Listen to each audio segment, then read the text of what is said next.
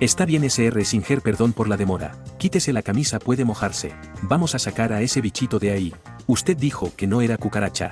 Ay, sáquela, sáquela ya. No me meta eso en la oreja. Vamos a enjuagarlo para sacarlo. Incline la cabeza, por favor.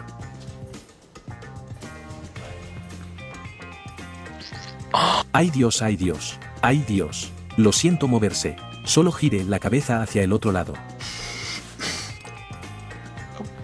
Cayó la lluvia y la araña se fue. Se acabó el show. ¿Qué? Creo que siento algo arrastrándose en la otra oreja. ¿Usted vive en el bosque o qué?